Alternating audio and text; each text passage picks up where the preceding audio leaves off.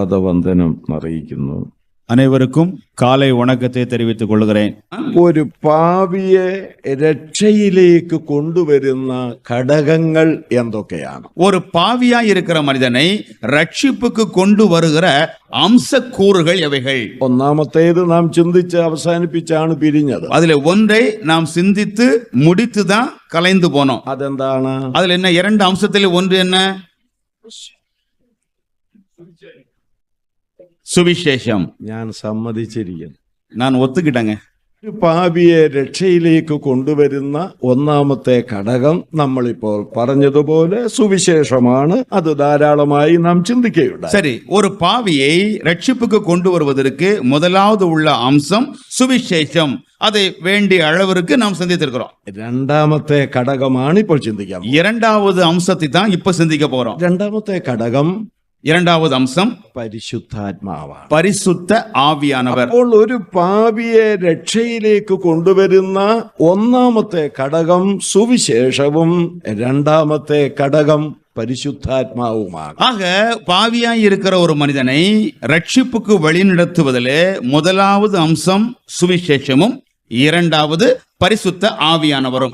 എന്താണ് പരിശുദ്ധാത്മാവ് ചെയ്യുന്ന പ്രധാനപ്പെട്ട விஷயம்? பரிசுத்த ஆவியானவர் செய்கிற முக்கியமான செயல் என்ன? அது യേശുക്രിസ്തു അതിനെ കുറിച്ച് പറഞ്ഞിട്ടുണ്ട്. இயேசு கிறிஸ்து அதை பற்றி சொல்லி இருக்கிறார். യോഹന്നാന്റെ സുവിശേഷം 16-ാം അധ്യായം 8-ാം വാക്യം. யோவான் சுவிசேஷம் 16-ாம் அதிகாரம் 8வது வசனம். അവിടെ യേശു പറയുന്നത്, അവൻ വന്ന് നിങ്ങളെ പാപത്തെക്കുറിച്ചും நீதியைக்குறிச்சும் நியாயவிதியைக்குறிச்சும் போதம் வருத்தும். அவர் சொல்லுகிறார், அவர் வரும்போது பாவத்தை குறித்தும் நீதியை குறித்தும் இனி வரும் நியாய தீர்ப்பை குறித்தும் கண்டித்து உணர்த்துவார். ചുരുക്കത്തിൽ ഒരു സുവിശേഷ യോഗത്തിൽ സുവിശേഷം പ്രസംഗിക്കുന്നയാള് ദൈവാത്മാവിന്റെ സഹായത്തോട് ശക്തിയോടെ വചനം പറയുമ്പോൾ ദൈവത്തിന്റെ പരിശുദ്ധാത്മാവ് കേൾക്കുന്ന വ്യക്തികളിൽ പാപത്തെക്കുറിച്ച് ബോധം വരുത്തുന്നു,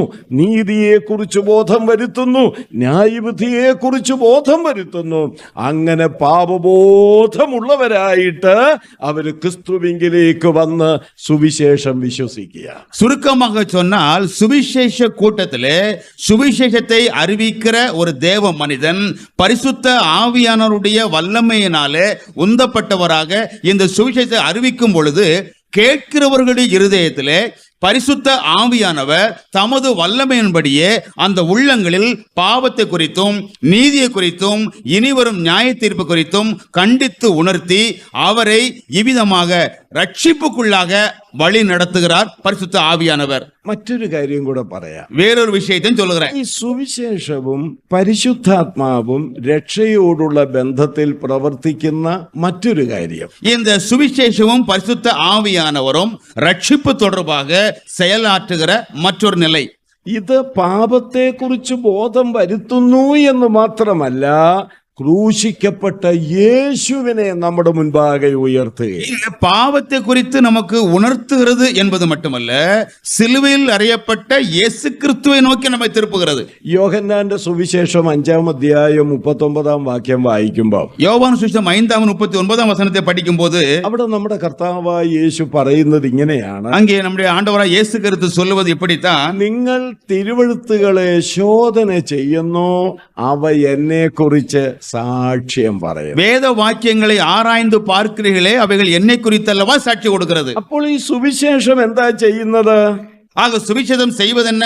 യേശു ക്രിസ്തുവിനെ കുറിച്ച് സാക്ഷ്യം, இயேசு கிறிஸ்துவை பற்றி சாட்சி பகருகிறது. എങ്ങനെയുള്ള യേശുവിനെയാണ് സാക്ഷ്യം പറയുന്നത്? எவ்வகையான இயேசுவை குறித்து சாட்சி சொல்லுகிறது? ക്രൂശിക്കപ്പെട്ട യേശുവിനെയാണ്, சிலுவையில் அறையப்பட்ட இயேசுவை தான். അതുകൊണ്ടാണല്ലോ പൗലോസ് അപ്പോസ്തലൻ 1 കൊരിന്ത്യർ 1-ാം അധ്യായത്തിൽ പറഞ്ഞിരിക്കുന്നത്. ஆகவேதான் பவுல் 1 கொரிந்தியர் 1-ாம் அதிகாரத்தில் சொல்லுகிறார், യഹൂദന്മാർ അടയാളം ചോദിക്കുന്നു, யூதர்கள் அடையாளத்தை கேட்கிறார்கள், ஞானம் அன்வேஷிക്കുന്നു, கிரேக்கர்கள் ஞானத்தை தேடுகிறார்கள், ക്രൂശിക്കപ്പെട്ടവനായ ക്രിസ്തുവിനെ പ്രസംഗിക്കും. நாங்களோ சிலுவையில் அறையப்பட்ட இயேசுவை பிரசங்கிக்கிறோம். അപ്പോൾ സുവിശേഷം ദൈവവചനം യേശുവിനെ ഉയർത്തുകയാണ്. ஆக சுவிசேஷம் தேவனுடைய வசனம் இயேசு கிறிஸ்துவை உயர்த்துகிறது. പരിശുദ്ധാത്മാവ് എന്താ ചെയ്യുന്നത്? பரிசுத்த ஆவியானவர் என்ன செய்கிறார்? പരിശുദ്ധാത്മാവും ഇത് തന്നെയാ ചെയ്യുന്നത്. பரிசுத்த ஆவியானவரும் இதைத்தான் செய்கிறார். യോഹന്നാന്റെ സുവിശേഷം 15-ാം അധ്യായം 26-ാം വാക്യം നോക്കിയാട്ടെ. யோவான் சுவிசேஷம் 15-ാം அதிகாரத்தின் 26வது வசனத்தை பார்ப்போம். നിങ്ങൾ നോക്കിയാൽ മതി, ഞാൻ പറയുന്നത് ശരിയാണോ നോക്കിയ. நான் சொல்லுவது சரிதானா என்று நீங்கள் பார்த்தா போதும். സത്യത്തിന്റെ ആത്മാവ് വരുമ്പോഴോ അവൻ എന്നെ കുറിച്ച് സാക്ഷ്യം പറയുമെന്ന്. சத்திய ஆவியானவர் வரும்பொழுது அவர் என்னை குறித்து சாட்சி கொடுப்பார். സത്യത്തിന്റെ ആത്മാവ് വരുമ്പോൾ എല്ലാവരും അന്യഭാഷ പറയുമെന്നല്ല ഇവിടെ പറഞ്ഞു. சத்திய ஆவியானவர் வரும்போது எல்லாருமே அந்நிய பாஷையிலே பேசுவார்கள் என்று சொல்லல. സത്യത്തിന്റെ ആത്മാവ് വരുമ്പോൾ ആത്മാവ് ചെയ്യുന്നത് എന്താ? യേശുവിനെ ഉയർത്തുകയാ ചെയ്യുന്നത്. சத்திய ஆவி வரும்பொழுது அவர் செய்வது என்ன? இயேசு கிறிஸ்துவை குறித்து உயர்த்துவார். എന്റെ സഹോദരി സഹോദരന്മാരെ, எனக்கு சகோதர சகோதரர் இருக்கிறவர்களே, ഞാന് നമ്മളെ ബൂസ്റ്റ് ചെയ്യുന്നു അല്ലെങ്കിൽ ഉയർത്തി കാണിക്കുന്നു എന്ന് ചിന്തിക്കരുത്. நம்மை கொஞ்சம் உயர்த்தி பேசுகிறோம் என்றால் நம்ம மேன்மை சொல்லுகிறோம் என்று நினைக்க வேண்டாம். ഇന്ന് ക്രൈസ്തവ സമൂഹത്തിൽ സുവിശേഷത്തിലൂടെയും പരിശുദ്ധാത്മാവിലൂടെയും ജനമധ്യത്തിൽ ക്രൂശിക്കപ്പെട്ടവനെ ഉയർത്തുന്ന ഒരു സമൂഹമാണ് നമ്മുടെ സമൂഹം. இன்றைக்கு இந்த கிறிஸ்தவ சமூகத்துல சுவிசேஷத்தின் மூலமாகவும் பரிசுத்த ஆவியானவர் மூலமாகவும் சிலுவையில் அறையப்பட்ட இயேசு கிறிஸ்துவை உயர்த்தி காண்பிக்கின்ற ஒரு கூட்டத்தினர் தான் நாம இருக்கிறோம். അപ്പോൾ ഈ രണ്ട് കാര്യങ്ങളുടെ പ്രവർത്തനമാണ് ഒരു പാപി രക്ഷയിലേക്ക് വരുന്നത്. ஆக இரண்டு காரியங்களுடைய செயல்பாடுகள் தான் ஒரு பாவியை ரட்சிப்புக்குள் நடத்துகிறது. ഇനി അടുത്ത മറ്റൊരു കാര്യം കൂടെ ഞാൻ ഓർപ്പിക്കട്ടെ. மற்றொரு காரியத்தை நினைப்பூட்டுகிறேன். ഇങ്ങനെ ഈ രണ്ട് കാര്യങ്ങളുടെ പ്രവർത്തനം അഥവാ സുവിശേഷത്തിന്റെയും പരിശുദ്ധാത്മാവിന്റെയും പ്രവർത്തനത്താൽ ഒരു വ്യക്തി രക്ഷയിലേക്ക് വരുമ്പോൾ അവിടെ 3 മുഖാന്തരങ്ങൾ രക്ഷയ്ക്കായിട്ട് ഒരു പാപിക്കുണ്ട്. இவ்விதமாக சுவிசேஷத்தினாலும் பரிசுத்த ஆவியானவராலும் ஒருவர் பாவியாய் இருக்கிற ஒருவர் ரட்சிப்புக்கு வரும் பொழுது அவர் ரட்சிக்கப்படுவதற்கு வாய்ப்பாக 3 நிலைகள் இருக்கின்றன, 3 காரியங்கள் இருக்கிறது. ഞാൻ ഓർപ്പിച്ചത് നിങ്ങൾ ഹൃദയത്തിൽ സംഗ്രഹിക്കുന്നുണ്ട്, വിട്ടുപോകരുത്. நான் நினைப்பூட்டுவதை உங்கள் இதயத்திலே சேமித்து வைத்திருக்கிறீர்கள், அதை விட்டு விடாதீங்க. പാപി രക്ഷാമാർഗത്തിലേക്ക് വരാൻ സുവിശേഷവും പരിശുദ്ധാത്മാവും. ஒரு பாவி ரட்சிப்பின் வழிக்கு வருவதற்கு சுவிசேஷமும் பரிசுத்த ஆவியானவரும் ഇവ രണ്ടിന്റെയും പ്രവർത്തനം കൊണ്ട് രക്ഷയിലേക്ക് വരുമ്പോൾ അവിടെ 3 മുഖാന്തരങ്ങൾ അവനെ രക്ഷിക്കാനുണ്ട്. இருவருடைய செயலினாலே ஒருவர் ரட்சிப்புக்கு வரும் பொழுது ரட்சிக்கப்படுவதற்கு 3 விதமான வாய்ப்புகள் அல்லது தருணங்கள் வருகிறது. ஒன்று പാപബോധം അല്ലെങ്കിൽ അനുതാപം. பாவத்தை குறித்த ஒரு உணர்வு, அந்த பாவத்தை குறித்த ஒரு குற்றம் உணர்வு. അപ്പോസ്തല പ്രവൃത്തി 2-ാം അധ്യായം 37-ാം വാക്യത്തില് அப்போஸ்தலர்கள் 2-ாம் அதிகாரம் 37-ாம் வசனத்திலே പത്രോസ് ഒരു വലിയ പ്രസംഗം നടത്തുക. பேதுரு ஒரு பெரிய பிரசங்கத்தை நடத்துகிறார். പത്രോസിന്റെ പ്രസംഗം വളരെ പ്രസിദ്ധമാണ്. பேதுருடைய பிரசங்கம் மிக பிரபல்யமானது. പെന്തക്കോസ്ത് നാളിൽ നടത്തിയ എത്ര മണിക്കൂർ പ്രസംഗിച്ചു എന്ന് നമുക്ക് അറിഞ്ഞുകൂടാ. பெந்தகோஸ்து நாளில் எவ்வளவு மணி நேரம் அவர் பிரசங்கித்தார் நமக்கு தெரியாது. ദീർഘമായ ഒരു പ്രസംഗമായിരുന്നു. ஆனால் ஒரு நீண்ட ஒரு பிரசங்கம் தான். ആ പ്രസംഗം നടത്തി കഴിഞ്ഞപ്പോൾ എത്ര പേര് രക്ഷിക്കപ്പെട്ടു? அந்த பிரசங்கம் முடித்ததுக்கு பிறகு எத்தனை பேர் ரட்சிக்கப்பட்டாங்க? 3000 ആളുകൾ 3000 பேர் ரட்சிக்கப்பட்டாங்க. ഞാൻ ചിലടത്ത് പറയാറുണ്ട്, சில இடத்துல நான் சொல்லுவதுண்டு, പത്രോസ് ഒരു പ്രസംഗത്തിൽ 3000 ആളുകളെ രക്ഷയിലേക്ക് കൊണ്ടുവന്നു. பேதுரு ஒரு பிரசங்கத்தினாலே 3000 பேரை ரட்சிப்புக்குள் கொண்டு வந்தான். ഇന്ന് 3000 പ്രസംഗം ചെയ്താൽ 3 എണ്ണം രക്ഷിക്കപ്പെടും. இன்னைக்கு 3000 பிரசங்கம் பண்ணா 3 பேர் ரட்சிக்கப்பட மாட்டாங்க. മനസ്സിലായില്ലേ? புரிஞ்சுச்சா? പൗലോസ് പറയുന്ന ഒരു വാക്ക് ഞാൻ വേഗത്തിൽ നിങ്ങളുടെ ശ്രദ്ധയിലേക്ക്, பவுல் சொன்ன வார்த்தையை துரிதமாக உங்கள் கவனத்துக்கு கொண்டு வர்றேன். അത് തെസ്സലോനിക്കരോടാ പറയുന്നത്. அது தெசலோனிக்கர் இடத்தில் சொல்கிறார். ഞങ്ങൾ നിങ്ങളോട് പറഞ്ഞ സുവിശേഷം കേവലം വചനമായി മാത്രമല്ല പരിശുദ്ധാത്മാവോടും ശക്തി ഭക്തിയോടും ബഹുനിശ്ചയത്തോടും കൂടെ ആയിരുന്നു. நாங்கள் உங்களோட சொன்ன வசனத்தை நீங்கள் வசனமாக மாத்திரமல்ல பரிசுத்த ஆவியோடும் முழு நிச்சயத்தோடும் வல்லமையோடும் ஏற்றுக்கொண்டீங்க. ഞാന് ഒരു കാര്യം പറയട്ടെ.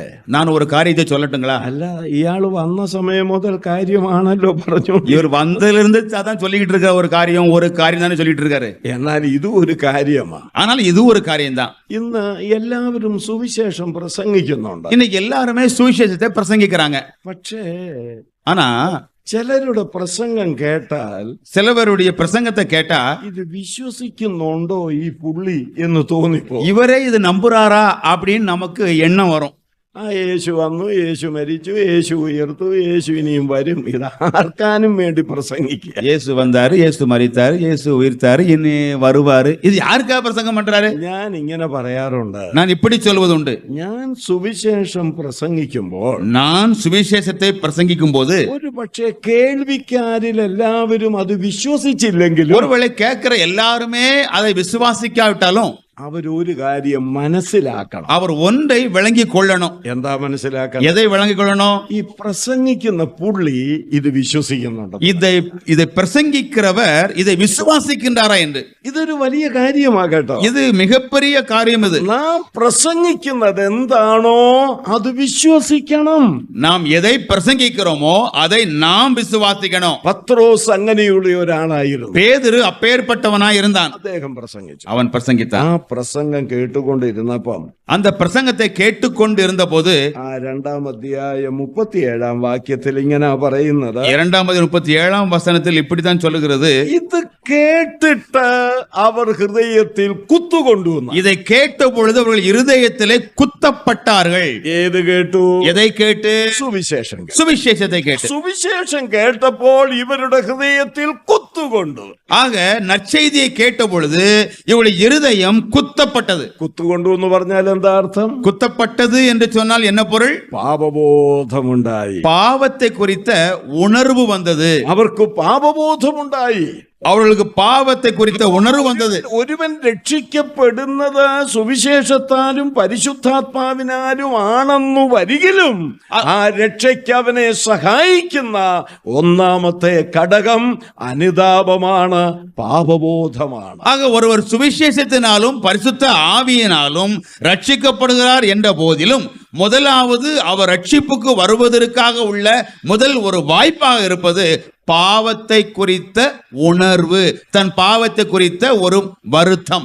ഞാൻ കുറ്റപ്പെടുത്തുന്നു എന്ന് ചിന്തിക്കരുത്. நான் குறை சொல்லுகிறேன், குற்றம் சாட்டுகிறேன் என்று நினைக்காதீங்க. ഈ ബാലസംഘം തമിഴ്നാട്ടിലും ഉണ്ട്. ബാലസംഘം എന്ന് പറയുന്ന കുട്ടികളുടെ ഒരു ക്യാമ്പ്, பாலசங்கம் இதெல்லாம் சிறுவர்களுக்காக நடத்துகிற ஒரு முகாம் போன்ற ஒரு கூட்டம். ഒരു 10, 20, 30 വെച്ച് ഓരോരോ ഗ്രൂപ്പ് തിരിഞ്ഞ് അതിന് പഠിപ്പിക്കാൻ അധ്യാപകരുണ്ട്.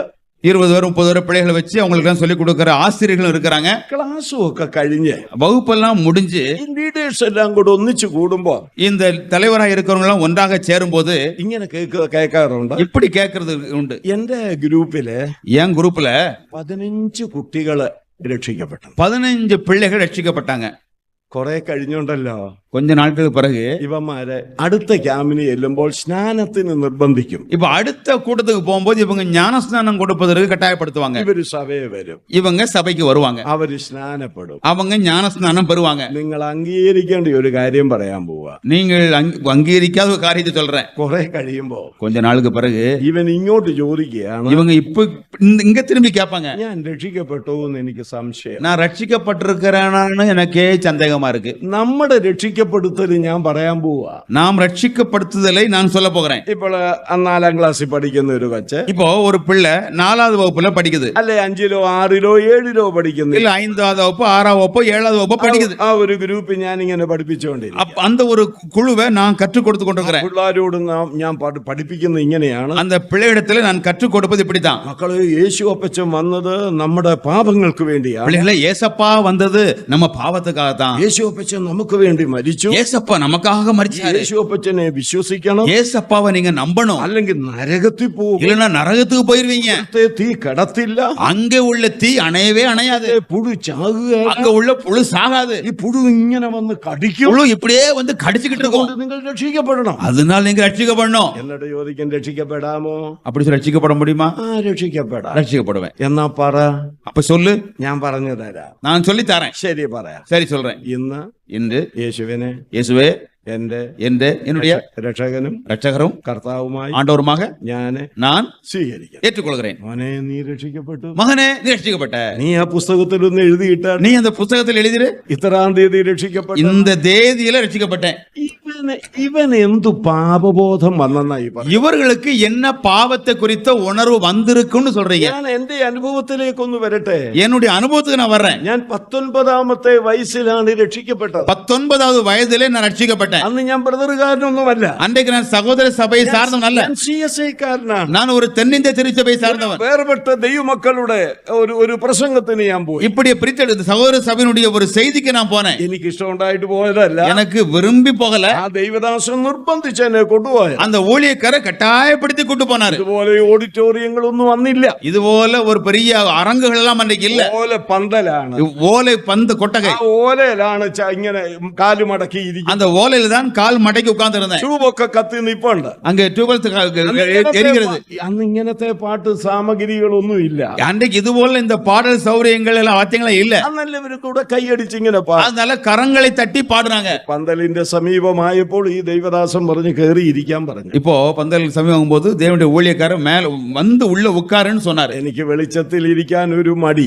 இந்த பிரகாச ஒளியில் இருக்க எனக்கு கொஞ்சம் தயக்கம். കാര്യം ഞാൻ ഇരുട്ടിന്റെ സന്തതിയല്ലേ, ஏன்னா நானும் இருளின் சந்ததி தானே, ശരീരവും ഒരു ഇരുട്ടല്ലേ. உடம்பும் ஒரு இருட்டு தானே. അപ്പൊ ഞാൻ അയാളോട് പറഞ്ഞു, அப்ப நான் அவர்கிட்ட சொன்னேன், ഞാൻ അങ്ങോട്ട് വരുന്നില്ല, நான் அந்த பக்கம் മുന്നാல வரல. ഈ ഒരു കുറച്ച് കരിങ്കല്ല് കൂട്ടിയിട്ടുണ്ട്, அங்க ஒரு கருங்கல்லாம் குமிச்சு வச்சிருந்தாங்க, ഞാൻ ഇവിടെ ഇരുന്നോളാം. நான் அந்த கல் பக்கத்துல உட்காந்துக்கிறேன். അദ്ദേഹം വിചാരിച്ചു എവിടെങ്കിലും ഇരുന്ന് വചനം കേൾക്കട്ടെ. அப்ப அவர் நினைச்சாரு எங்கேயாவது உட்கார்ந்துட்டு போட்டும், வசனத்தை கேட்டா போதும். ഞാൻ ചുരുക്കി പറയട്ടെ, நான் சுருக்கமா சொல்றேன். അതിന്റെ പുറത്തിരുന്ന് ഇരുളിന്റെ മറവിലിരുന്ന് ഞാൻ ആ സുവിശേഷം அதன் மேலே அமர்ந்து இருளின் மறைவிலிருந்து இந்த சுவிசேஷ செய்தியை கேட்டேன். ശരിക്കും ഞാൻ പറയാം, ദൈവത്തിന്റെ പരിശുദ്ധാത്മാവ് എന്റെ ഹൃദയത്തോട് ഇടപെടാൻ തുടങ്ങി. சரியாக சொல்ல முடியும், பரிசுத்த ஆவியானவர் என் இருதயத்திலே செயல்பட ஆரம்பித்தார். എനിക്ക് ശക്തമായ പാപബോധം വന്നു. எனக்கு பலமான பாவத்தை குறித்த உணர்வு வந்தது. രക്ഷിക്കപ്പെടേണ്ട ആവശ്യകത എന്റെ ഹൃദയത്തിൽ വന്നു. ரட்சிக்கப்பட வேண்டும் என்கிற ஒரு தேவை உணர்வு என் மனதில் வந்தது. പ്രസംഗിക്കുന്ന ദൈവദാസൻ അങ്ങനെയുള്ളവർക്ക് ഒരവസരം കൊടുത്തു.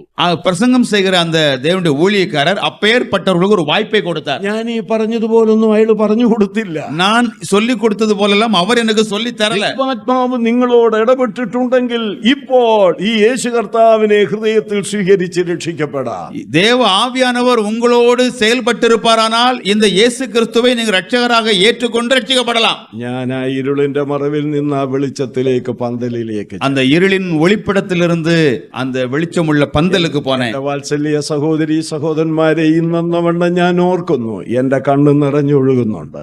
என பாசமிகு சகோதர சகோதரர்களே, இன்றைக்கும் நான் அதை நினைவில் வைத்துக்கிறேன். என் கண்கள் எல்லாம் கண்ணீராலே நிறைந்தது. ശക്തമായ പാപബോധം ദൈവാത്മാവ് എനിക്ക് തന്നു. ஒரு பலமான பாவத்தை குறித்த உணர்வை தேவ ஆவியானவர் எனக்கு தந்தார். ന്യായവിധിയെ കുറിച്ചുള്ള ബോധം ദൈവാത്മാവ് തന്നു. நியாய தீர்ப்பை குறித்த உணர்வை தேவ ஆவியானவர் எனக்கு தந்தார். യേശുവിന്റെ സ്നേഹം എനിക്ക് വെളിപ്പെടുത്തി തന്നു. இயேசு கிறிஸ்துவின் அன்பை எனக்கு வெளிப்படுத்தி தந்தார். അന്ന് രാത്രി കണ്ണുനീരോടുകൂടെ മൈക്കൊന്നുമില്ല, ഞാൻ ഉറക്കെ വിളിച്ചു പറഞ്ഞു.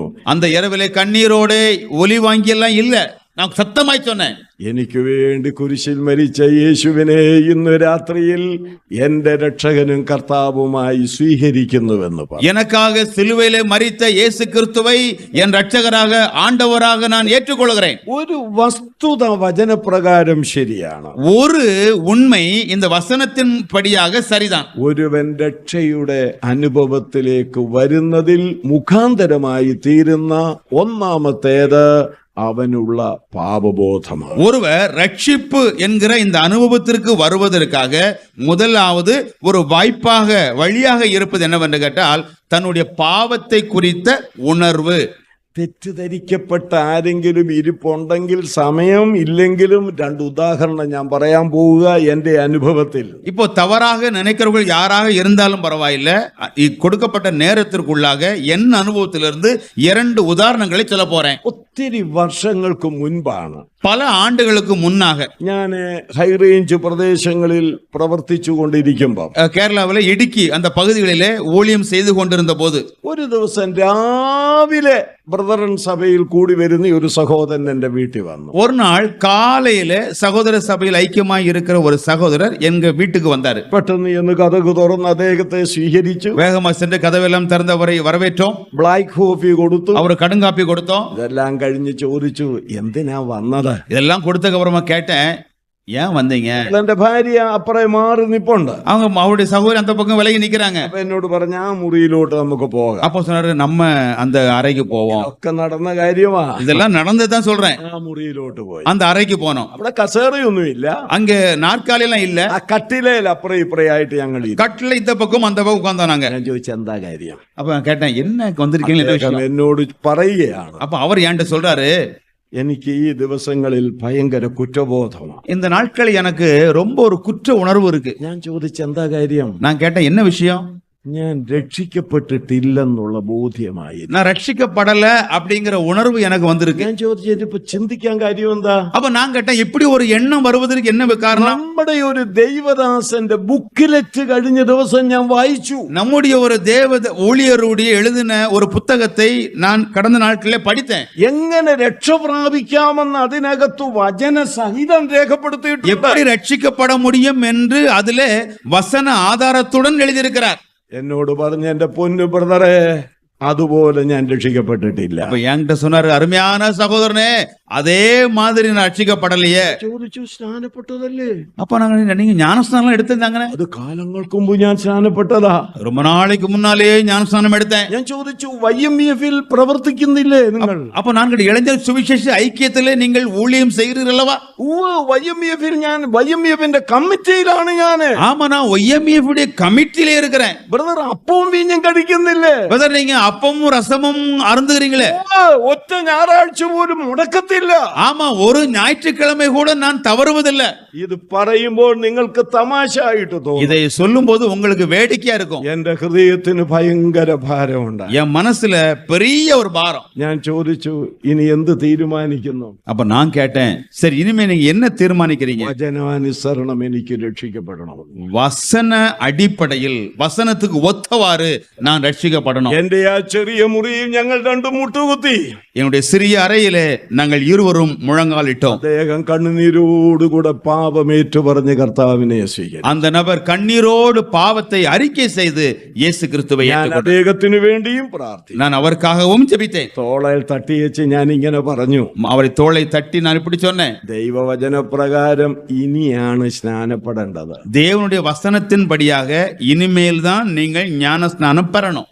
സഹോദരന്റെ താല്പര്യത്തിൽ വിട്ടുപോന്നു. உங்களுடைய விருப்பத்திற்கு விட்டுவிடுறேன். അദ്ദേഹം പെട്ടോ ഇല്ലയോ എനിക്കറിഞ്ഞു. அவர் ஞானஸ்நானம் திரும்ப எடுத்தாரா எடுக்கலையா எனக்கு தெரியாது. ഒരു ഉദാഹരണം കൂടെ പറയാം. மற்றொரு உதாரணத்தை சொல்றேன். ഞാന് മിക്കവാറുമൊക്കെ കുറെ 2006 മുതൽ പവർ വിഷൻ എന്ന് പറയുന്ന ഒരു വലിയ മലയാളം ക്രിസ്ത്യൻ ചാനലുണ്ട്.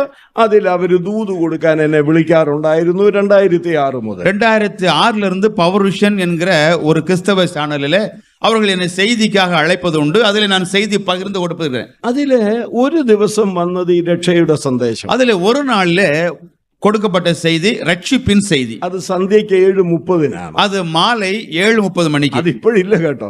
இப்போது அது ஒலிபரப்பாகல. ചാനലുണ്ട്, சேனல் இருக்குது, ഇപ്പൊ പ്രസംഗിക്കും. ஆனா நான் இப்பொழுது செய்தி கொடுக்கவில்லை. എനിക്ക് അവരുമായിട്ട് പിന്നീട് ചില അഭിപ്രായ വ്യത്യാസം. அவர்களோடு எனக்கு அப்புறமா சில கருத்து முரண்பாடு வந்தது. അത് വചനാനുസരണമാണ് കേട്ടോ. அது வசனத்தின் அடிப்படையில் தாங்க, അല്ലാതെ കാശിന്റെ കാര്യത്തില്ല. இல்ல பணத்தினுடைய பிரச்சனை இல்ல. ഞാനിപ്പോ പോകുന്നില്ല. இப்ப நான் போகல. അപ്പൊ ഞാൻ പറയാൻ വന്ന കാര്യം, அப்ப நான் சொல்ல வந்தது, ആ ദൂത് കൊടുത്തതിന്റെ പിറ്റേ ദിവസം രാവിലെ அந்த செய்தி ஒலிபரப்பானதனுடைய அடுத்த நாள் காலையில ഒരു ചെറുപ്പക്കാരൻ എന്നെ വിളിക്കുന്നു. ஒரு இளைஞன் என்னை அழைத்தார். അങ്കിളെ എന്നും പറഞ്ഞാൻ വിളിച്ചത്. அங்கிள் அப்படிதான் கூப்பிட்டாரு. അങ്കിളെ, ഇന്നലത്തെ പ്രസംഗം ഞാൻ കേട്ടു. அங்கிள், நேற்று செய்தியை நான் கேட்டேன். അങ്കളെ ഞാൻ ഇന്നടത്തെ ഇന്ന സ്ഥലത്തുള്ള ഒരാളാ. அங்கள் நான் இந்த இடத்துல இந்த ஊர்ல இருக்கிற ஒரு மனுஷன். അങ്കളെ ഇന്നലത്തെ വചനം കേട്ടപ്പോൾ എനിക്ക് മനസ്സിലായി ഞാൻ രക്ഷിക്കപ്പെട്ടിട്ടില്ലെന്ന്. அங்கள் நேற்று நீங்க கொடுத்த செய்தியை கேட்ட உடனே எனக்கு ஒண்ணு புரிஞ்சது, நான் ரட்சிக்கப்படாதவன். ഞാനിത് എളുപ്പം പറഞ്ഞു പോവുകയാണ്. അവൻ കരഞ്ഞുകൊണ്ടാണ് എന്നോട് സംസാരിക്കുന്നത്. நான் இது சீக்கிரமா சொல்றேன். நான் அன்றைக்கு அந்த பையன் சொல்லும் போது அழுதுகிட்டு தான் பேசினாரு. ഞാൻ ചോദിച്ചു, മോനെ നീ ഏത് സഭയിൽ പെടുന്നതാ? அப்ப நான் கேட்டேன், மகனே நீ எந்த சபையில் இருக்கிற? അവൻ ആ ജില്ലയിൽ എനിക്കറിയാവുന്ന ഒരു ബ്രദറൻ സഭയിൽ പെടുന്നു. அவன் அந்த மாவட்டத்திலே எனக்கு அறிமுகமான ஒரு சகோதர சபையில் தான் ഞാൻ ஐக்கியப்படுறான். ചോദിച്ചു, മോൻ സ്നാനപ്പെട്ടായിരുന്നോ? அப்ப நான் கேட்டேன், மகனே நீ ஞானஸ்நானம் பெற்றாயா? ഉവ്വ്, ഞാൻ സ്നാനപ്പെട്ടു. ஆமா, நான் ஞானஸ்நானம் பெற்றேன். അതെങ്ങനെയാ പറ്റിയത്? அதெல்லாம் எப்படி நடந்தது? എന്നെ സൺഡേ സ്കൂളിൽ പഠിപ്പിച്ച അധ്യാപകരും സഭയിലെ മൂപ്പന്മാരും എന്റെ അപ്പനും അമ്മയും എന്നെ നിർബന്ധിക്കുകയായിരുന്നു. எங்க சபையில ஞாயிறு பள்ளியை எடுக்கிற அந்த ஆசிரியர்களும் என்னுடைய அப்பாவும் அம்மாவும் மூப்பர்களும் தினமும் என்னை பலவந்தம் பண்ணினாங்க. ഞാൻ 10ാം ക്ലാസ് കഴിഞ്ഞപ്പോൾ സ്നാനപ്പെട്ട അങ്കളെ എന്ന് പറഞ്ഞു. நான் 10ஆம் வகுப்பு முடித்த போது ஞான ஸ்நானம் பெற்ற நங்கள். ഇന്നലത്തെ ശുശ്രൂഷയിലൂടെ ബോധ്യമായി ഞാൻ വെറുതെ സ്നാനപ്പെട്ടതാ, ഞാൻ രക്ഷിക്കപ്പെട്ടിട്ടില്ല. நேற்று உள்ள செய்தியின் மூலமாக நான் உணர்ந்து கொண்டேன், நான் விருதாவாகத்தான் ஞானஸ்நானம் பெற்றேனே அல்லாமல் நான் ரட்சிக்கப்படல. മോനിപ്പോൾ എന്ത് ചെയ്യുകയാണെന്ന് ചോദിച്ചു. அப்போ நான் கேட்டேன், மகனை இப்ப என்ன செய்யறது? അവൻ പറഞ്ഞു, ഞാൻ MA കഴിഞ്ഞിട്ട് ഒരു വാഹനം, അത് ഒരു കമ്പനിയുടെ വാഹനത്തിന്റെ മാനേജരായിട്ട് ആ ഡിസ്ട്രിക്റ്റിലുള്ള സ്ഥലത്ത് ജോലി ചെയ്യാന്ന്. அப்ப நான் MA முடித்து விட்டு ஒரு ஒரு நிறுவனத்துல ஒரு மேலாளராக அந்த மாவட்டத்திலே வேலை செய்கிறேன்னு சொன்னாரு. അങ്കളെ എനിക്ക് രക്ഷിക്കപ്പെടണമെന്ന് പറഞ്ഞു. அங்கிள் நான் ரட்சிக்கப்படணும்னு சொன்னான். ഞാൻ പറഞ്ഞു, മോനിപ്പോൾ എവിടാ നിൽക്കുന്നേ? அப்ப நான் கேட்டேன், மகனே நீ இப்ப எங்க நிக்கிற? ഞാൻ ബൈക്കിലാണ്, അത് ഒതുക്കി വഴിയരികിൽ വെച്ചിരിക്കുകയാണ്. நான் என்னுடைய இருசக்கர வாகனத்தை சாலையில ஓரமா வச்சிருந்தேன். എങ്കിൽ മോൻ ഇപ്പോൾ കർത്താവിനെ സ്വീകരിച്ച് രക്ഷിക്കപ്പെടാമെന്ന് പറഞ്ഞു. அப்ப நான் கேட்டேன், மகனே நீ இப்பொழுது கர்த்தரை இயேசு கிறிஸ்துவை ஏற்றுக்கொண்டு ரட்சிக்கப்படலாம். എന്റെ പൊന്നു യുവാക്കളെ, സഹോദരി സഹോദരന്മാരെ, ആ വഴിത്തലയ്ക്ക് ആരും ശ്രദ്ധിക്കാത്ത ഒരിടത്ത് അവൻ വണ്ടി മാറ്റിവെച്ചിട്ട് വളരെ കണ്ണുനീരോടുകൂടെ പാപബോധത്തോടുകൂടെ യേശുവിനെ ഉള്ളത്തിൽ രക്ഷകനും കർത്താവുമായി സ്വീകരിച്ച് രക്ഷിക്കപ്പെട്ടു. அருமையான சகோதர சகோதரர்களே, வாலிபர்களே, அவன் அந்த இடத்திலே தன்னுடைய வாகனத்தை சாலையோரமாக ஒதுக்கி வைத்து ஒருவரும் காணாத அந்த இடத்திலே தன் கண்ணீரோடு பாவத்தை அறிக்கை செய்து கர்த்தராக இயேசு கிறிஸ்துவை இரட்சகராக ஆண்டவராக ஏற்றுக்கொண்டு அந்த இடத்திலேயே ரட்சிக்கப்பட்டான். അത് കഴിഞ്ഞ് ഞാൻ அவனோடு மற்ற ஆளினோடு പറഞ്ഞതുപോലെ പറഞ്ഞു, മോനെ ഇനി ആ സ്നാനപ്പെടേണ്ടത്. அதற்கு அப்புறமாக அந்த சகோதரனிடத்தில் சொன்னது போல இவனிடத்தில் சொன்னேன், மகனே இனிமேதான் நீ ரட்சிக்கப்படணும், സാധ്യത കാണും, ஞானஸ்நானம் பெறணும். സാധ്യത കാണും, അവന് സ്നാനപ്പെട്ട് കാണും. ஒருவேளை வாய்ப்பு இருந்திருக்கலாம், அவன் ஞானஸ்நானம் பெற்றிருக்கலாம். ഒടുവിൽ അവനൊരു നല്ല ജോലി ദുബായിൽ കിട്ടി, അവൻ പോയി. அப்புறமாக துபாயில நல்ல ஒரு வேலை கிடைச்சது, அவன் போனான். ഞാനൊരു ശുശ്രൂഷയ്ക്ക് അവിടെ ചെന്നപ്പോൾ അവൻ ഓടി വന്ന് എന്നെ കെട്ടിപ്പിടിച്ചു. நான் ஒரு ஊழியத்துக்கு போகும்போது ஓடி வந்து என்னை கட்டி அணைத்தான். അത് കഴിഞ്ഞ് അവൻ അവധിക്ക് വന്നു, അവന്റെ കല്യാണമായി, എന്നെ കല്യാണം നടത്തി കൊടുക്കാനും എന്നെ വിളിച്ചു. அப்புறமாக விடுமுறைக்கு வந்தார், திருமணம் வந்தது, திருமணத்தை நடத்தி கொடுப்பதற்காக என்னையும் அழைத்தார். ഞാൻ ഈ കാര്യങ്ങൾ ഇവിടെ പറഞ്ഞത്, இந்த விஷயங்களை நான் இங்கே சொன்னது, ഇങ്ങനെ അബദ്ധം പിണഞ്ഞിട്ടുള്ള ആരെങ്കിലും ഇവിടെ ഇരിപ്പുണ്ടോ? இவ்விதமான தவறு நேர்ந்த யாராவது இங்கே இருந்தால், ഉണ്ടെങ്കിൽ இருப்பீர்கள் ஆனால் നശിച്ചു പോകരുത്, அழிந்து போகாதீங்க. സ്നാനപ്പെട്ട് കാണും. ஒருவேளை நீங்க ஞானஸ்தானம் எடுத்திருப்பீங்க, സഭയുടെ പല ആത്മീയ കാര്യങ്ങളിൽ ഇടപെടുന്നുണ്ടായിരിക്കും, சபையில் உள்ள பல ஆவிக்குரிய செயல்களில் நீங்கள் ஈடுபட்டு கொண்டிருக்கலாம். പക്ഷേ യഥാർത്ഥമായൊരു രക്ഷാനിർണയത്തിലേക്ക് വന്നിട്ടില്ലെങ്കിൽ അതുകൊണ്ട് പ്രയോജനമില്ലെന്നേ. ஆனால் உண்மையான ஒரு ரட்சிக்கப்பட்ட அனுபவத்தில் வரவில்லையானால் இதனால எந்த பயனும் இல்லை. ദൈവം വിശേഷാൽ സഹായിക്കട്ടെ. தேவன் சிறப்பாக உதவி செய்வாராக. இரண்டாவது, രക്ഷയ്ക്കൊരു 3 മുഖാന്തരമാണ് ഞാൻ പറഞ്ഞത്. ரட்சிப்புக்கு ஒரு 3 வழியாக இல்லை வாய்ப்பாக. ஒன்று, முதலாவது பாவத்தை குறித்த ஒரு உணர்வு. இரண்டாவது, രക്ഷയ്ക്കായി കാക്ഷിക്കണം. ரட்சிப்புக்காக நாம் வாஞ்சிக்க வேண்டும். വാഞ്ചിക്കുക. ரட்சிப்புக்காக நமக்கு ஒரு வாஞ்சை வேணும், വലിയ ആഗ്രഹം വേണം, மிகப்பெரிய பேராவல் வேண்டும். സുവിശേഷം കേൾക്കുമ്പോൾ, சுவிசேஷத்தை கேள்விப்படும் போது, ആത്മാവ് ഇടപെടുമ്പോൾ, தேவ ஆவியானவர் அணுகும் போது, രക്ഷയെക്കുറിച്ച് ബോധ്യമാകുമ്പോൾ, ரட்சிப்பை குறித்து உணர்வு அடையும் போது, രക്ഷ എനിക്ക് വേണമെന്നുള്ള ഒരു വാഞ്ച വേണം. ரட்சிப்பு எனக்கு வேண்டுமே என்கிற ஒரு வாஞ்சை வேணும். മൂന്നാമതായിട്ട് ആ വാഞ്ചയ്ക്ക് ഞാൻ വാക്യം പറഞ്ഞില്ല. அந்த வாஞ்சைக்கு സങ്കീർത്തനം 12:5 சங்கீதம் 12:5 രക്ഷയ്ക്കായി കാക്ഷിക്കുന്നവനെ ഞാൻ അതിൽ ആക്കും.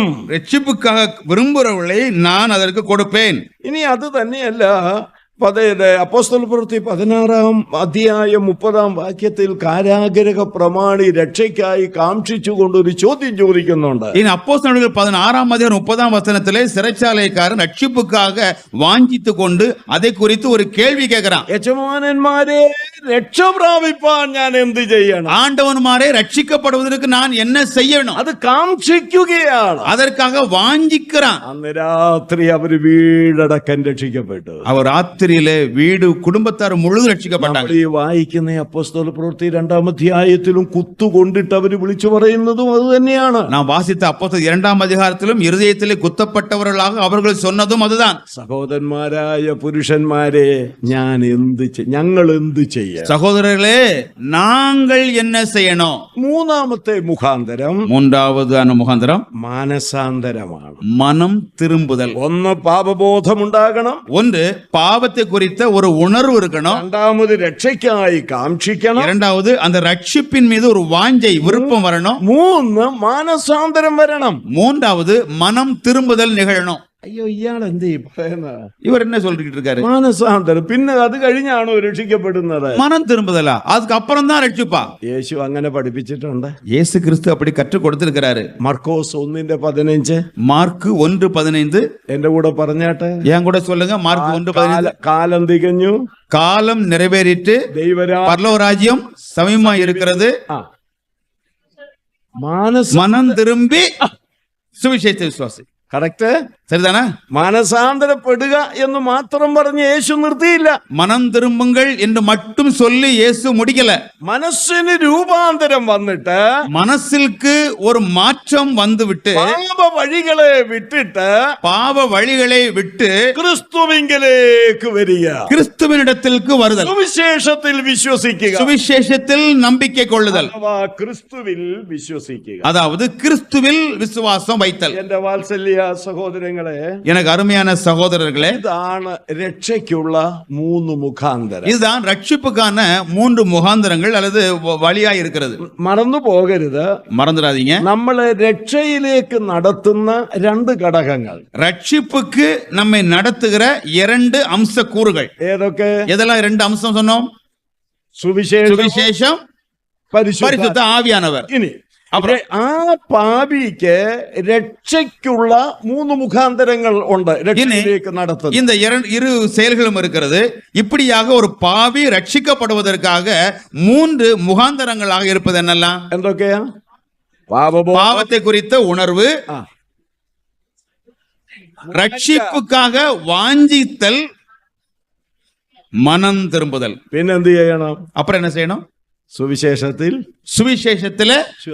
விசுவாசம் வைக்கணும். ഒരിക്കൽ കൂടെ കൂപ്പുകയായി மறுபடியும் கூட உங்களுக்கு എല്ലാം നിങ്ങൾ മനസ്സിലാക്കി, எல்லாத்தையுமே நீங்க புரிஞ்சுக்கிட்டீங்க. ദൈവത്തിന് സ്തോത്രം, தேவனுக்கு ஸ்தோத்திரம். അപ്പോൾ വിശ്വാസത്താലാണ് ഈ രക്ഷ എന്ന് പറയുന്നത്. அப்போ விசுவாசத்தினாலே ரட்சிக்கப்படுகிறோம் என்று சொல்லப்படுகிறது. അതിന് പ്രധാനപ്പെട്ട 1-2 വാക്യങ്ങൾ പകലിൽ ഓർപ്പിച്ചതാ. அதற்கு முக்கியமான ஒரு சில வசனங்களை பகலிலே நினைப்பூட்டினோம். അതിലേറ്റവും പ്രധാനപ്പെട്ട വാക്യമാണ് എഫേസ്യ ലേഖനത്തിൽ വായിച്ചത്. அதில் மிகவும் முக்கியமான வசனத்தை தான் எபேசியர் நிருபத்தில் படித்தோம். കൃപയാലല്ലോ വിശ്വാസം മൂലം നിങ്ങൾ രക്ഷിക്കപ്പെട്ടിരിക്കുന്നത്, അതിന് നിങ്ങൾ കാരണമല്ല, ദൈവത്തിന്റെ ദാനമത്രയാകുന്നു, ആരും പ്രശംസിക്കാതിരിപ്പാൻ പ്രവൃത്തികളും காரணமல்ல.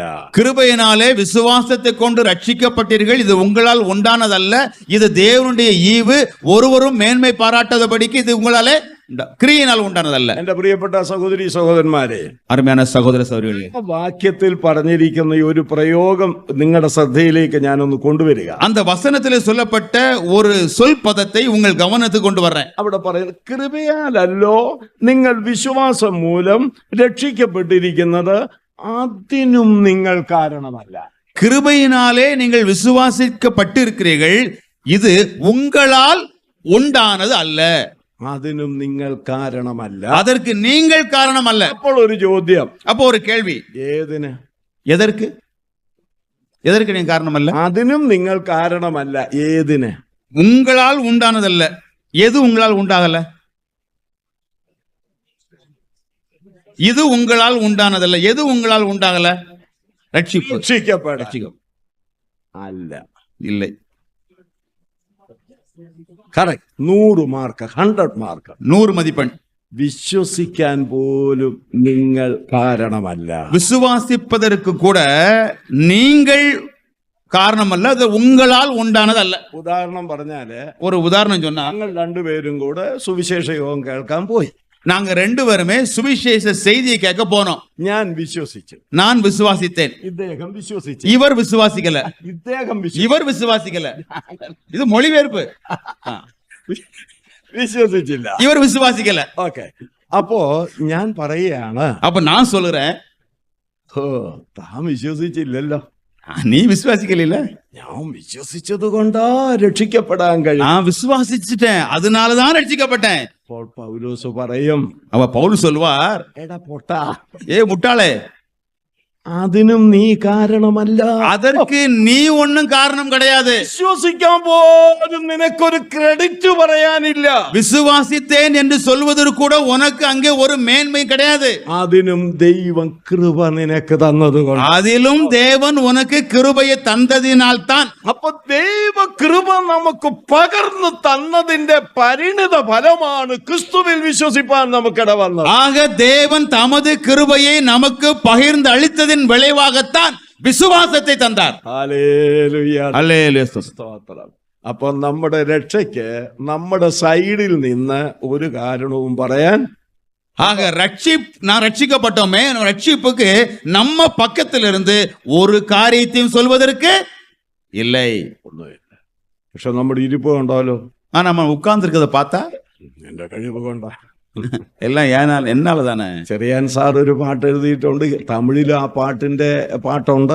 ചെറിയൻ ஐயா ஒரு பாடல் எழுதியிருக்கிறாங்க, அந்த பாடல் தமிழிலும் இருக்கிறது. അതിന്റെ ലൈൻ ഇതാണ്: ഇത്ര മഹത്വമുള്ള പദവിയെ ഇപ്പുഴുക്കൾ കരുളുവാൻ പാത്രത ഏതുമില്ല എന്ന്. இத்தனை மகத்துவமுள்ள பதவியை புழுக்கலாம் எங்களுக்கு அருள்வது, அந்த பாடல் தான். വന്ദനമേശുവരായി എന്നുള്ളൊരു പാട്ടാണ്. ஸ்தோத்திரம் மேசினாத என்ற பாடல். അതെ, അതിനകത്തെ സ്റ്റാൻസയാണ്. அதில் உள்ள ஒரு சரணம் தான் இது. ഇന്ന് വൈകുന്നേരം നമ്മളിങ്ങനെ കസേരകളിൽ ഇരുന്ന് അദ്ദേഹത്തിൽ നിന്നും എന്നിൽ നിന്നും ഇദ്ദേഹത്തിൽ നിന്നും മറ്റുള്ളവരിൽ നിന്നും ഒക്കെ വചനം കേൾക്കുകയും ആ പുള്ളി നിന്നെ വിട്ടാൽ എനിക്ക് ആരുമില്ലെന്നും എന്നെ വിട്ടാൽ നിനക്ക് കോടിയുണ്ടെന്നും ഒക്കെ പാടുന്നതിന്റെ കാരണം ദൈവകൃപ, ദൈവകൃപ, ദൈവകൃപ. இன்றைக்கு நாம் எல்லாரும் இங்கே நாற்காலிலே மாலையிலே அமைதலாக அமர்ந்திருந்து எம்மி செரியன் ஐயா அவர்கள் மூலமாகவும் என் மூலமாகவும் இவர் மூலமாகவும் அநேக தேவனுடைய தாசர் மூலமாகவும் இங்கே அமர்ந்திருக்கிறவருக்கு உம்மை விட்டால் எனக்கு வேற யாரும் இல்லை, ஆனால் என்னை விட்டால் உமக்கு கோடி உண்டு என்று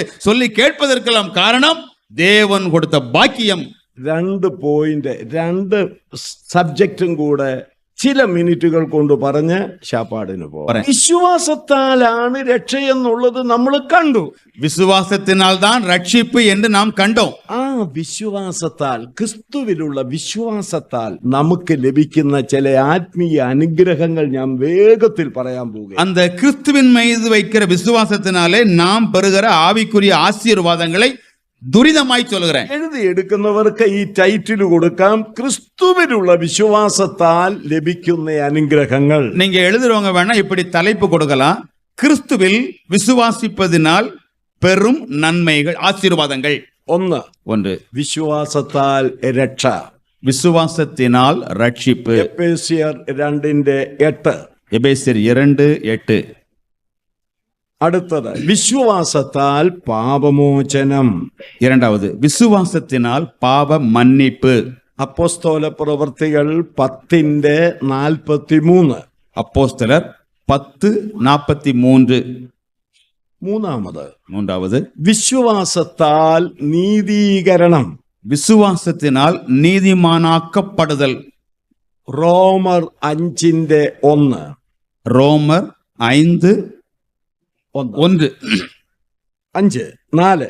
அடுத்த நான்காவதாக വിശ്വാസത്താൽ അല്ല വാക്യം ഒന്ന് ഞാൻ இல்ல, ரோமர் 5:1 சொல்லியாச்சு. വിശ്വാസത്താൽ നിത്യജീവൻ. விசுவாசத்தினாலே நித்திய ஜீவன்.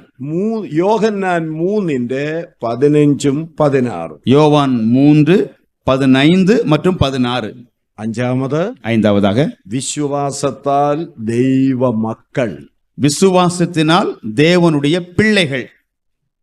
യോഹന്നാൻ 1:12, யோவான் 1:12, ഗലാത്യർ 3:26. கலாத்தியர் 3:26. ആറാമത് വിശ്വാസത്താൽ പരിശുദ്ധാത്മാവ്.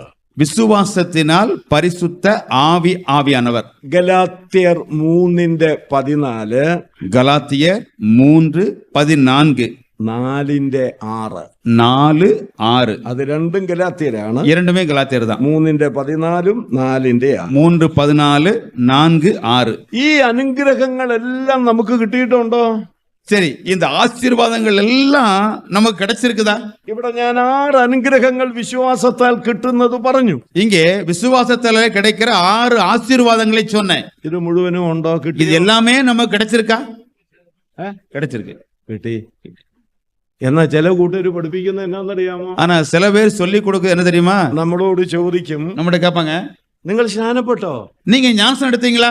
സ്നാനപ്പെട്ടു. ஞானம் எடுத்துட்டேன். അടുത്ത ചോദ്യം, அடுத்து கேக்குது, എന്നിട്ട് കിട്ടിയായിരുന്നോ? அப்புறம் கிடைச்சிச்சா? என்னது അവര് ചോദിക്കുന്നതാ, കിട്ടിയായിരുന്നോ? அப்ப கிடைச்சிச்சாங்க? ഈ ചോദ്യം കേട്ടാ തോന്നുന്നു ഇവരുടെ ഹോൾസെയിൽ ഉണ്ട് ഓരോരുത്തർക്ക് കൊടുക്കാൻ. கேட்டாலே தோணும் இவங்க ஏதோ ஒரு மொத்த வியாபாரியா வச்சிருக்காங்க, கேக்குறவங்க எல்லாம் அள்ளி கொடுப்பாங்க போல தெரியுது. ആ ചോദ്യത്തിന് ഒരു പ്രസക്തിയുമില്ല. அந்த கேள்விக்கு எந்த ஒரு பொருளும் வல்லமே இல்லை. കേൾക്കണേ, യേശുവിനെ സ്വീകരിച്ച് കഴിയുമ്പോൾ യേശുവിനുള്ളതെല്ലാം അപ്പ തന്നെ ഒരു മിനിറ്റ്, ഒരു സെക്കൻഡ് മാറുകയല്ല, അപ്പോൾ തന്നെ എനിക്ക് കിട്ടുക. இயேசு கிறிஸ்துவை எப்போ நான் ஏற்றுக்கொள்கிறேனோ அப்போதே ஒரு நிமிடம் அல்ல, ஒரு வினாடி கூட தாமதிக்காமல் அவருக்கு உரியது அனைத்தையும் நான் பெற்றுக்கொள்கிறேன். ഞാൻ ആ കുടുംബ സംഗമത്തിൽ പറഞ്ഞതുപോലെ, அந்த குடும்ப கூடுகையில் நான் சொன்னது போல 1981 ജനുവരി മാസം 22-ാം തീയതിയാണ് എന്റെ വിവാഹം നടന്നത്. 1981 ஜனவரி 22 தான் என்னுடைய திருமணம் நடந்தது. അപ്പൊ എന്റെ വിവാഹം ഒരു മാന്യനായ ദൈവദാസനായിരുന്നു. അദ്ദേഹം അങ്ങ് സ്വർഗത്തിൽ പോയി. என்னுடைய திருமணத்தை அன்றைக்கு ஒரு கௌரவமான ஒரு தேவனுடைய ஊழியர் நடத்தி வைத்தார். இன்றைக்கு அவர் பரலோகத்தில் இருக்கிறார். ഞങ്ങളെ രണ്ടുപേരെയും കൂടെ നിർത്തി ചോദിച്ചു, எங்கள் இருவரையும் நிற்க வைத்து கேட்டாரு. എന്നോട് ചോദിച്ചു, നിന്റെ വലത്തുഭാഗത്ത് നിൽക്കുന്ന ഈ ഓമനെ എന്ന് വിളിക്കുന്ന ഈ സ്ത്രീയെ, ഈ സഹോദരിയെ നിന്റെ ഭാര്യയായി സ്വീകരിക്കാൻ സമ്മതമാണോ? என்னிடத்தில் கேட்டால், உலக பக்கத்தில் நிற்கிற ஓமனா என்கிற இந்த பெண்ணை உனக்கு மனைவியாக ஏற்றுக்கொள்ள சம்மதமா? കേൾക്കാത്ത താമസം സമ്മതമാണ്. கேட்கிறதாம் தாமதம். ஆம், சம்மதிக்கிறேன். അത് കഴിഞ്ഞ് ഭാര്യ ഇവിടെ ഓമനയോട് ചോദിച്ചു. அது முடிஞ்ச உடனே மனைவிடத்தில் ഓമനത്തെ கேட்டாங்க. സമീപത്ത്, മനവി അന്നേരം ആയില്ല, നിന്റെ സമീപത്ത് നിൽക്കുന്ന, உன் பக்கத்தில் நிக்கிற, നിന്റെ സമീപത്ത് നിൽക്കുന്ന ഈ പുരുഷനെ നിന്റെ ഏക ഭർത്താവായി സ്വീകരിക്കാൻ സമ്മതമുണ്ടെങ്കിൽ സമ്മതമുണ്ടെന്ന്. உனக்கு அருகில் இருக்கிற இவரை கணவனாக ஏற்றுக்கொள்ள உனக்கு சம்மதம் இருக்குமானால் சம்மதம் என்று சொல். ചില നാണത്തോടു കൂടിയാണേലും സമ്മതമുണ്ടെന്ന്. கொஞ்சம் வெக்கத்தோடுனாலும் சரி அவங்க சம்மதம்னு சொன்னாங்க. ഞങ്ങളുടെ വലത് കരങ്ങൾ തമ്മിൽ യോജിപ്പിച്ചു. எங்களுடைய வலது கரங்களை ஒன்றாக சேர்த்து, നിങ്ങളുടേതും അങ്ങനെ തന്നെയാണ്, உங்கேயும் அப்படித்தான் நடக்கும். ഉടമ്പടി ചെയ്യിച്ചു. உடன்படிக்கை செய்தாங்க. ഞങ്ങൾ ഭാര്യ ഭർത്താവായി. நாங்கள் கணவன் மனைவியா மாறணும். എന്റെ ഭാര്യയായി കഴിഞ്ഞപ്പോ ஏன்னா மனைவியானதுக்கு அப்புறம் എന്റെ അപ്പൻ അവളുടെ അപ്പനാകാൻ എത്ര ദിവസം എടുത്തു? என்னுடைய அப்பா அவருடைய அப்பாவாக மாறுவதற்கு எத்தனை நாள் எடுத்து? நம்ம ஊர்ல மாமான்னு சொல்லுவோம். மாமாக எவ்வளவு நாள் எடுத்தது? அப்பவே உடனே அப்பவே എന്റെ അപ്പൻ അവളുടെ അപ്പനായി. என்னுடைய அப்பா நம்ம ஊர் பாஷையில அவங்க மாமா ஆயிட்டாரு. എന്റെ അമ്മ അവളുടെ അമ്മയായി. எங்க அம்மா அவருக்கு மாமியார் ஆயாச்சு. എന്റെ സഹോദരൻ അവളുടെ സഹോദരൻ. என்னுடைய சகோதரன் அவர் குழந்தை ஆயிட்டாரு. എന്റെ വീട് അവളുടെ വീടായി. என்னுடைய வீடு அவள் வீடாச்சு. ഒരു സെക്കൻഡ് പോലും താമസിക്കുക, ஒரு வினாடி கூட தாமதிக்கல.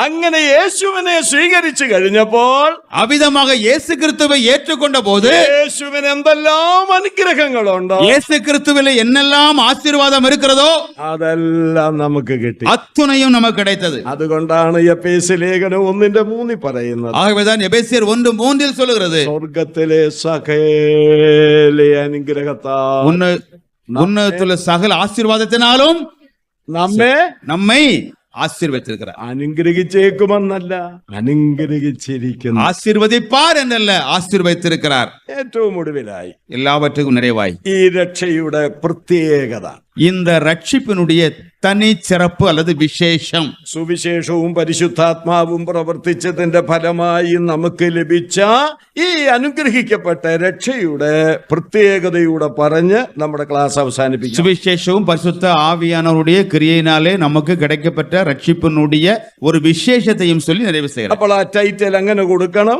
அதற்கு இப்படி தலைப்பு கொடுங்க, ഈ രക്ഷയുടെ പ്രത്യേകത. இந்த ரட்சிப்பின் விசேஷம் அல்லது சிறப்பு. ஒன்று, ഇത് ദൈവത്തിന്റെ രക്ഷയാണ്. இது தேவனுடைய ரட்சிப்பு.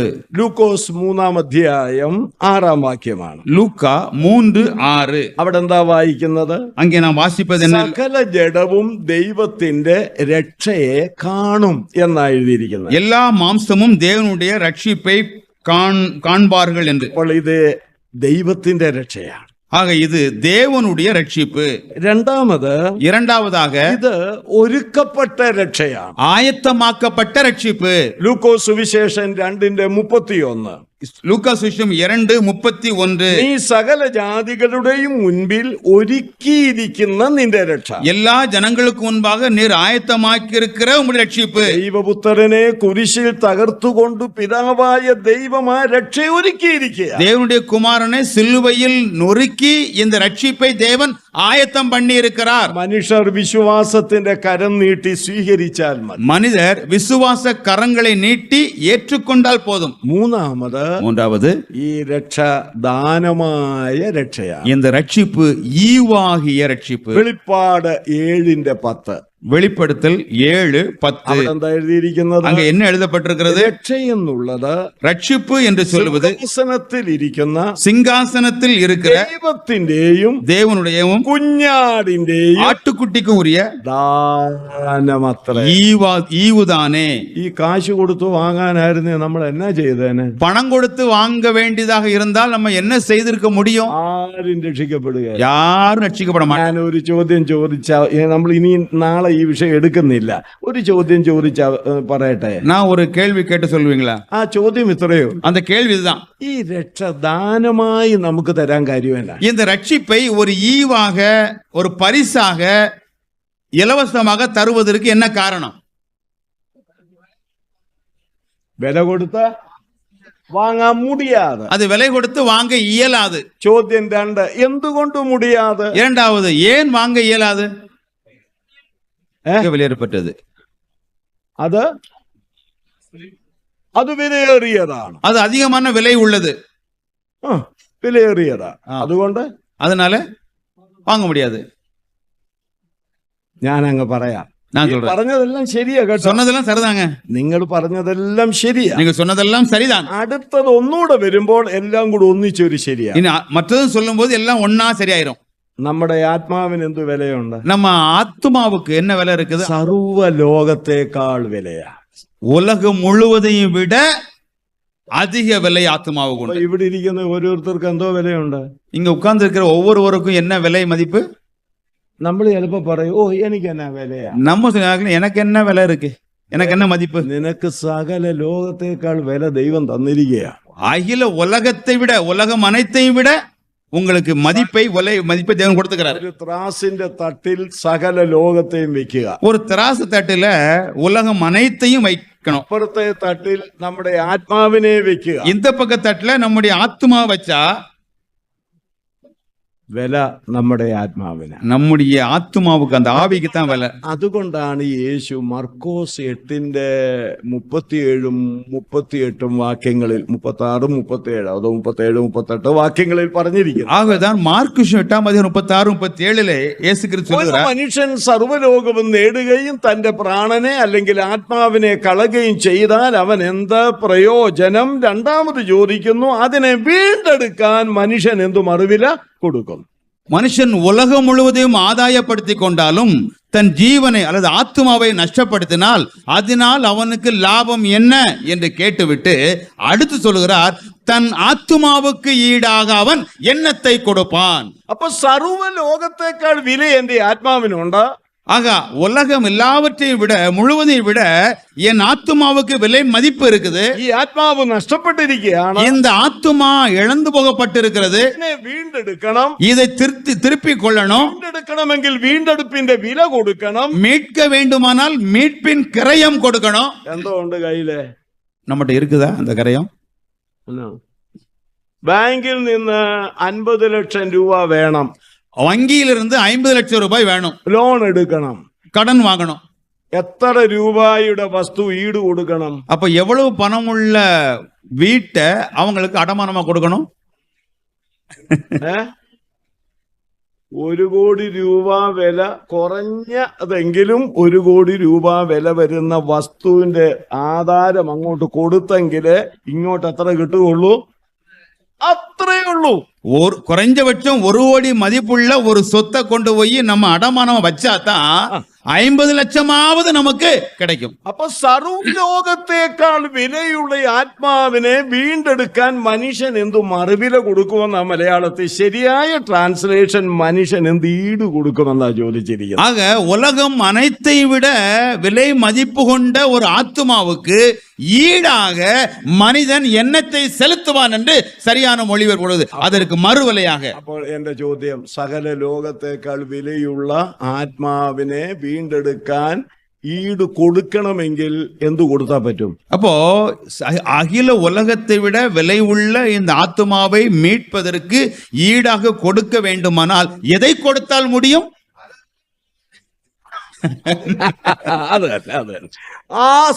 ഒരു 4 ഇരട്ടി സർവ്വലോകം കൊടുക്കണം. ஒரு 4 மடங்கு இதை விட அதிகமான அகில உலகத்தையும் கொடுக்கணும். നമ്മുടെ ആകെ എന്തോ ഉണ്ട്? நமக்கு மொத்தம் எவ்வளவுதான் இருக்குது? ഒരു മാസം പ്രൊഫസറായി ജോലി ചെയ്താല്, ஒரு மாசம் பேராசிரியராக வேலை செய்தால் എത്ര കിട്ടുമെന്ന് ഞങ്ങളോട് പറയണ്ട.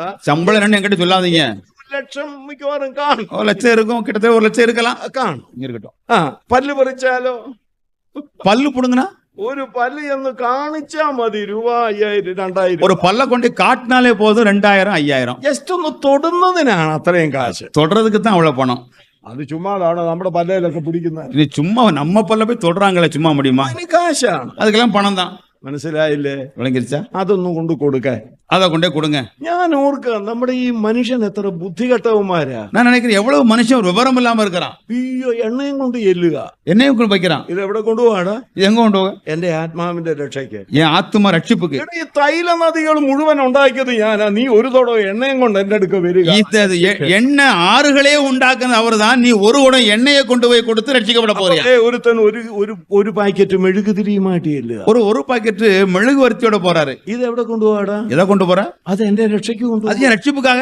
എടാ മണ്ട, ഈ സൂര്യനെ മുഴുവൻ ഉണ്ടാക്കിയത് ഞാനാ. ഞാൻ സാക്ഷാ വെളിച്ചമാ. ഇതും കൊണ്ട് വന്നാൽ എങ്ങനെ നിനക്ക് രക്ഷ കിട്ടുന്നത്? முட்டாளே, இந்த எல்லா சூரியனை படைத்தது நானே, மெய்யான ஒளியாய் நான் இருக்கிறேன். இதை கொண்டு வந்து கொடுத்து ரட்சிக்கப்பட போறியா? കേരളം മുഴുവൻ വിറ്റ് കിട്ടുന്ന കാശ് കൊടുത്താലും രക്ഷയ്ക്കാകുകയില്ല. கேரளம் முழுவதுமே விலையாக வித்து அந்த பணத்தை கொண்டு வந்தாலும் ரட்சிப்புக்குரிய கரையமாகாது. ഇന്ത്യ മുഴുവനും വിറ്റ് കിട്ടുന്ന കാശ് കൊടുത്താലും രക്ഷയ്ക്ക് കാരണമാകുകയില്ല. இந்தியாவை முழுவதும் விற்று அந்த பணத்தை கொண்டு வந்தாலும் ரட்சிப்புக்கு ஈடான தொகை ஆகாது.